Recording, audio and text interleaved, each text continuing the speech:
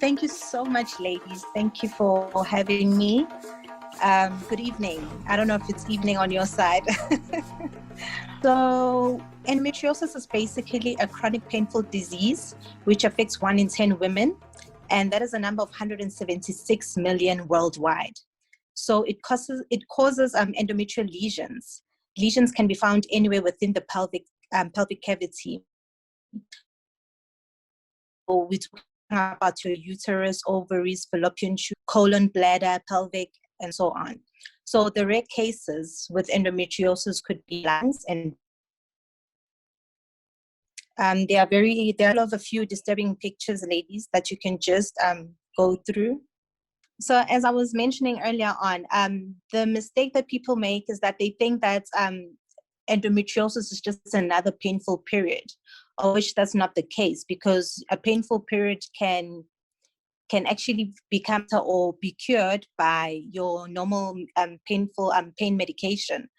So with endometriosis, that's absolutely not the case. So we can move to the next slide. So the symptoms of endometriosis, just to name a few, because you'll find that there are women living with endometriosis that do not have any of the symptoms, and they actually get to know about their condition when they are busy trying for a baby, and they find that they're taking a long time or unable to conceive, and then they do what we call a laparoscopic surgery. So that's the only time when they actually realize that they've been living with this condition. So some of the symptoms are your painful, heavy, and irregular periods, pain after and during intercourse, pelvic pain throughout menstrual cycle, including ovulation,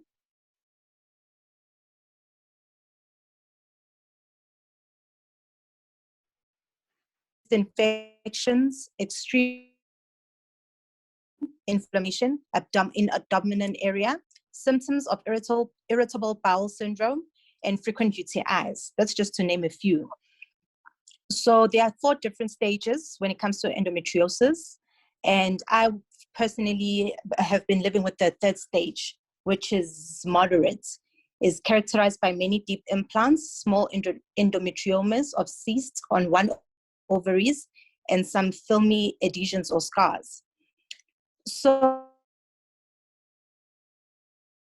just share my story, how I got to know I've been living with endometriosis. From the age of 13, when I started my monthly cycle, I would just constantly be sick. I'd be sick during my period, before my period, and even after my period.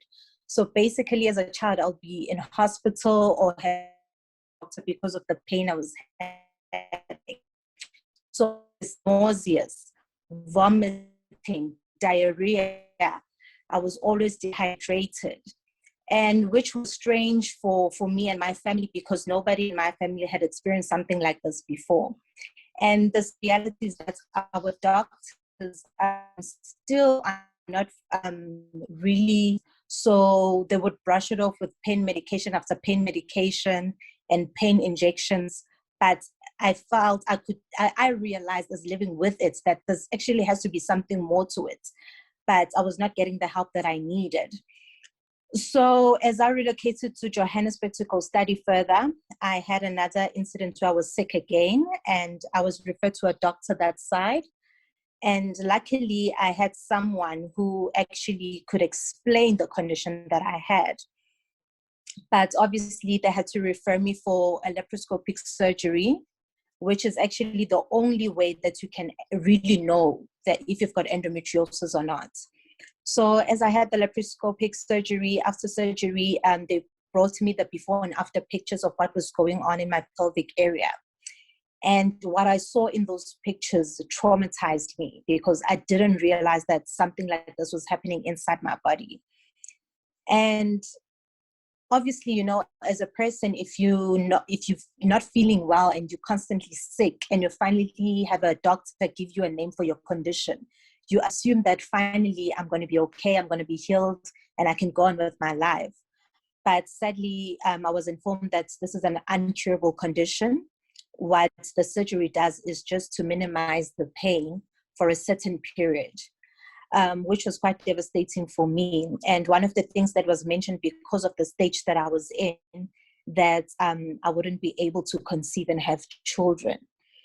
I was shattered, because as a young woman, one of your dreams and your plans for your future is to get married. Well, for most of us women, is to get married and have your own family. So to hear that at such a young age really affected me a lot. But I made a decision from there that I need to educate people. It's either I dwell in this in a negative way and let it affect me, or I can actually take it as an opportunity to teach others to live with this, and try and educate them as I learn about it, because it was also new to me. So as I'm learning about it, I also get to share with other people, and we get to teach each other along the way. So that's when I came across the Endometriosis Warriors group or association, which was a beautiful family that welcomed me in, and with a lot of women from across the country that have been living with this, affected by this. And they gave me the great support that I never really had, because it's difficult for our loved ones to support something that they don't understand themselves. And how do you expect people to support you when you're going through something that you yourself don't understand? So it was a bit of a battlefield when it came to my friends, my family, and even relationship as well. So the support group actually helped me a lot. And that's when I started being active in the Endometriosis Warriors Association and became actively part of it. So after a while, being in a committed relationship, obviously we start speaking about our future. So I had to make a decision to have that uncomfortable conversation with my partner at the time, that there's a possibility that I will not be able to have kids. And it's something that was very difficult for me to have that type of conversation with him. But luckily he was supportive, and we laid our options down. So we made a decision to try for 1 year, which the year was 2015.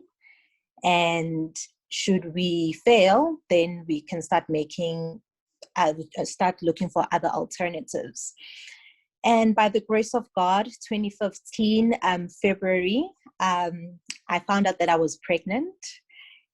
By the help of my doctors, I had a big team that was assisting me in trying to conceive. I had doctors, family, and the church that I was in.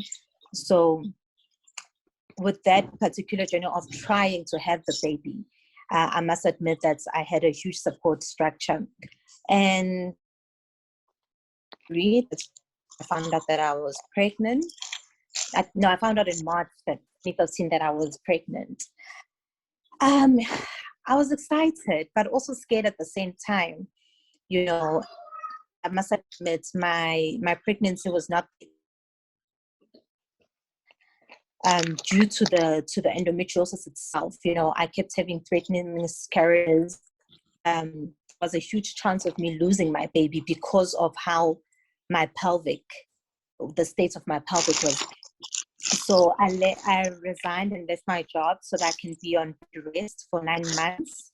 And now I'm blessed with a beautiful baby girl who is 5 years today. Wow. So, it's been an incredible journey, but it really affected my relationship, because, as I mentioned, that one of the symptoms of living with endometriosis is not being able to enjoy physical intimacy, and besides physical intimacy, constantly make you feeling good. And when you get, and you can explain why you have so much fatigue and how you can be happy and well today, and the next minute or the next hour you're just in excruciating pain.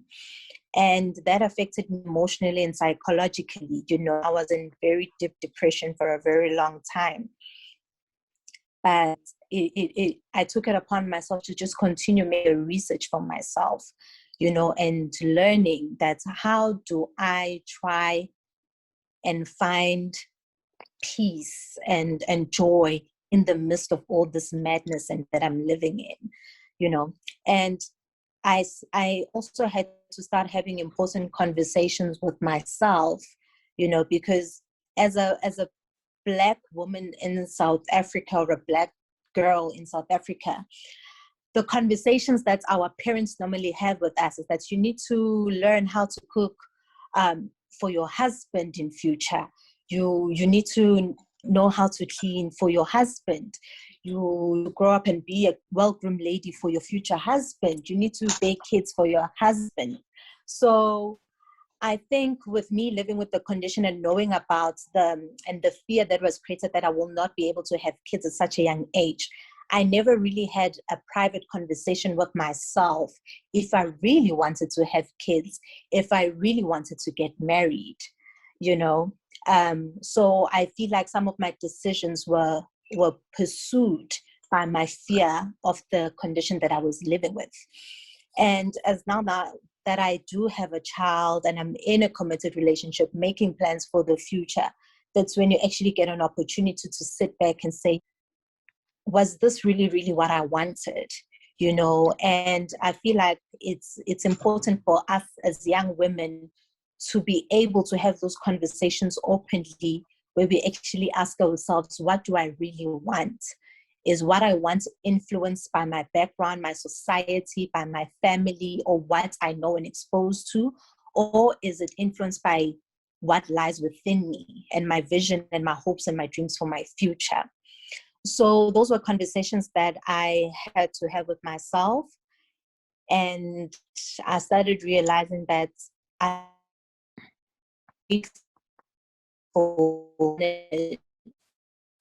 and blessed to have her.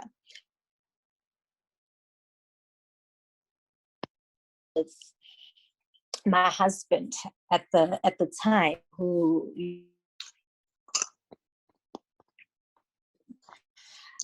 so I started to realize that actually this condition was also, as much as it is bringing pain, because I don't want to speak of it as if it's something that is gone and cured. It's something that I'm still currently living with, and I'm still finding a way to live a balanced life while I still have it. As we continue working with doctors to find a cure for it, if there will ever be one. So I had to have that uncomfortable conversation that more children are not part of my plan at the current moment. I feel like living with endometriosis from such a young age robbed me from focusing on my hopes, my dreams, my career, and the woman that I've always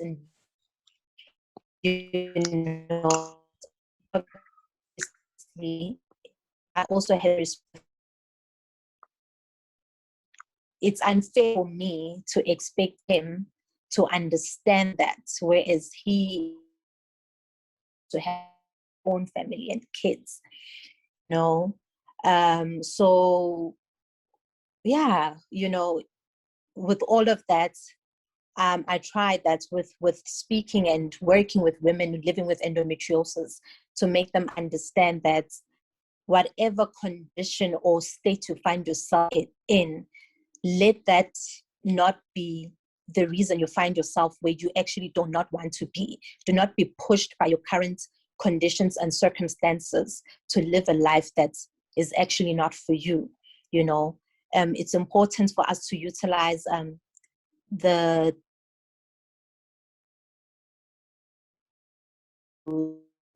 counseling and to get people to talk to and actually find out where you are emotionally and mentally before you make certain decisions about your life. So that's what I've been actually working on, basically focusing on now, the past couple of, because I took a break for a while, working with women with endometriosis to focus on my daughter, my marriage, and building a life with my family. And I recently just started back now that I'm divorced. And I'm pursuing all of my dreams and focusing on the things that I love and that are important to me. So the main conversation that I have with young women, especially the young women living with this condition, is that yes, it's painful. Yes, it can push you or put you in a position where you want to focus more on the children factor. So there's so much more happening in your life. There's so much more to life than any of that. So on your good days, try to focus on your good days where when you are well and when you are pain-free. And actually on those days, try to figure out what are you all about and push yourself to pursue that and not be cornered by a condition like endometriosis in making drastic decisions for your future and for your life. And it's sad to know that there are women that are living with endometriosis that have taken their lives because they do not have the support that they need, or they feel like nobody's listening to them, or doctors don't understand they're going through. And which is another thing that we are trying to make about with medical doctors, that stop brushing us off as if it's just an ordinary pain. It's not a nice condition to live with. It's not an easy condition to live with. And we're also aware of the people in our lives, our family members, friends, partners that live with us as women with endometriosis. It's also not easy for them. So we kind of need to join forces and get support for all of us as people affected by it, in how we can find common ground and open conversations where we allow each other to openly talk and discuss how this is affecting us. Because sometimes you get so consumed in your own pain that you forget how the other person or the person trying to support you is being affected by it, and then you end up sometimes feeling like they don't understand you, they don't support you, they don't love you, but which is not the case. They just find themselves in a point where they don't know how to explain to you how this is affecting them. And they're probably trying not to add more pressure and burden into what you're currently facing. So I believe that it's very important that whenever we reach counseling, when living with this condition, that we also include private or even combined sessions with the people in our lives to also find out from them how this has affected them, so that they can also get healing through the process, in order for all of us to be able to pour from a full cup, because no one can pour from an empty cup, and it's draining to be around a person who constantly not okay and sometimes rejects your support, because that's how we end up being. It's very easy to be rejecting a person's support because you feel like they'll never understand what you are going through. But it's a journey. We will never say that we have reached what we are fighting for as the people working with the endometriosis associations all around the world, And this month is actually Endometriosis Awareness Month. So I'm really glad that I got an opportunity to talk about this in March. We still have a long way to go as the endometriosis community. And it's really going to take a lot of time, but we believe that as much to have these conversations openly and frequently, we will eventually, our voices will reach the correct ears, and maybe we can find a solution for the future. Because I myself have a little girl, and sometimes I do worry about her future, that will she maybe also be affected or live with this condition? Will I be able to support her? Will she be able to handle it? You worry about the women in your life, your younger sisters. It's just a constant battle. But I believe that there's still hope if we can continue to fight, be strong, and just continue to be hopeful, and trust that as we having these conversations, there are people that are listening somewhere in the background and who are doing the right research in the medical industry to try and assist us, so that we can live fruitful lives in order to live a life of fulfillment, that we are able to be in our, how can I put this, just to be able to fulfill all of our everything that we want to do, with our lives without just focusing on being sick and constantly being sick. So yeah, I think that's what I wanted to share tonight. So thank you, ladies, for having me.